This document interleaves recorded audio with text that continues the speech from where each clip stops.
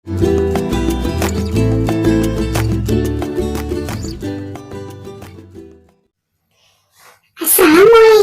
warahmatullahi wabarakatuh. Selamat pagi anak-anak. Hari ini kita akan belajar tema 1B tentang benda, hewan, dan tanaman di sekitarku. Selamat menyaksikan. Pada pertemuan kali ini kita akan belajar subtema 1 tentang benda hidup dan benda tak hidup di sekitar kita. Ada berbagai benda di sekitar kita. Ada benda hidup dan benda tak hidup. Benda hidup disebut juga sebagai makhluk hidup. Makhluk hidup mengalami pertumbuhan. Makhluk hidup juga dapat bergerak dan selalu memerlukan makanan. Makhluk hidup berbeda dengan benda tak hidup. Benda tak hidup tidak dapat tumbuh, tidak dapat bergerak sendiri, serta tidak memerlukan makanan. Nah, itu adalah perbedaan antara benda hidup dan benda tak hidup.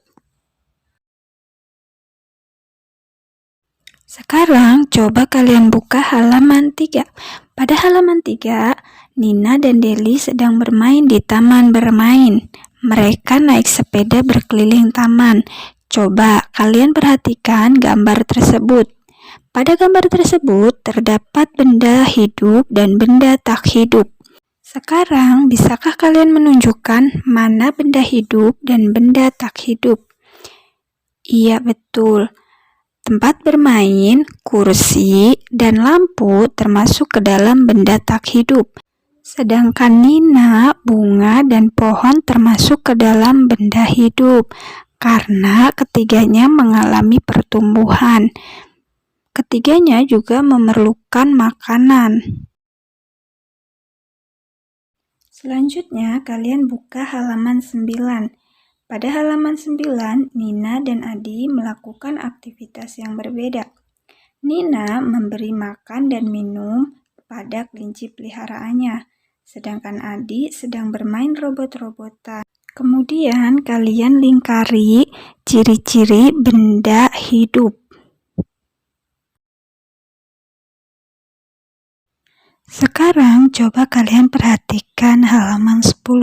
Di halaman 10, Ibu Nina senang merawat tanaman. Tanaman tumbuh dengan subur. Meskipun tidak dapat berpindah tempat, tanaman termasuk ke dalam benda hidup karena tanaman memerlukan makanan. Tanaman dapat tumbuh, tanaman juga berbunga dan menghasilkan buah. Sekarang kalian perhatikan gambar tersebut. Tanaman apa saja yang dirawat Ibu Nina? Lalu bagaimana ciri-cirinya? Bisakah kalian menceritakannya kepada ayah dan bunda? Pada halaman 23, Nina dan Adi sedang menyusun foto di album. Foto disusun berdasarkan urutan waktu. Coba perhatikan foto yang disusun oleh Adi. Foto sebelum Adi lahir dan foto setelah Adi lahir. Nah, apa perbedaan dari kedua foto tersebut? Ya, betul. Pada foto pertama menunjukkan Adi belum lahir, sedangkan pada foto kedua menunjukkan Adi sudah lahir. Artinya, makhluk hidup berkembang biak. Berkembang biak artinya menghasilkan keturunan, di mana makhluk hidup berkembang biak agar bertambah banyak. Cara berkembang biak makhluk hidup bermacam-macam. Contohnya, burung berkembang biak dengan bertelur. Kucing berkembang biak dengan melahirkan. Tanaman pisang berkembang biak dengan tunas. Nah, itu adalah beberapa contoh cara berkembang biak makhluk hidup. Selanjutnya, kita akan belajar tentang lambang Garuda. Lambang Garuda termasuk benda tak hidup. Coba perhatikan perisai pada burung Garuda. Di situ terdapat lambang sila-sila Pancasila, misalnya lambang sila keempat. Lambang sila keempat adalah kepala banteng.